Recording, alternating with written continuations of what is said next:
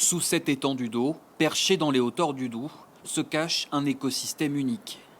Un mélange de mousse et de débris végétaux qui s'accumulent depuis des siècles. Un écosystème qui absorbe et qui retient les eaux de pluie et où se développent insectes, animaux et même des plantes carnivores. La tourbière du lac de Rémoré fait partie de ce patrimoine naturel local qui rend fiers les habitants de la région. Cette scientifique a travaillé pendant des années pour conserver et restaurer cet environnement si particulier. Il y a des engagements pour poursuivre les efforts de restauration, pour préserver la biodiversité, la ressource en eau des tourbières et le stock de carbone qui est menacé de partir en CO2 si on n'arrête pas ces dégradations. Car pendant des décennies, les tourbières du massif du Jura ont été exploitées.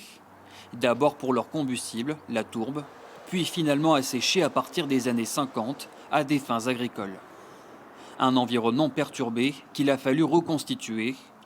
En 2012, voici à quoi ressemblait le marais du Châtelet, dans le Jura. Une tourbière dénaturée et transformée en pré pour du bétail. Après des travaux de rénovation où la Lème a repris ses droits, voici ce même marais 9 ans plus tard qui a retrouvé sa vocation initiale de zone humide. On avait avant un lit très droit, très profond, très large qui évacuait l'eau au maximum. On a remis un lit au gabarit naturel avant l'exploitation de l'homme pour que l'eau transite tranquillement. Recréer 5 km de cours d'eau, boucher 2 km de fossé dans le but de retrouver ce fonctionnement naturel qui se perpétue avec le temps. Si 52 communes du Jura et du Haut-Doubs au total ont reçu un label pour couronner leurs efforts dans la restauration des tourbières, le chantier n'est pas terminé.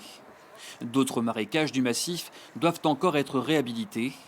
Mais pour cela, il faudra d'abord obtenir de nouveaux financements européens avant l'expiration du programme actuel, fin 2021.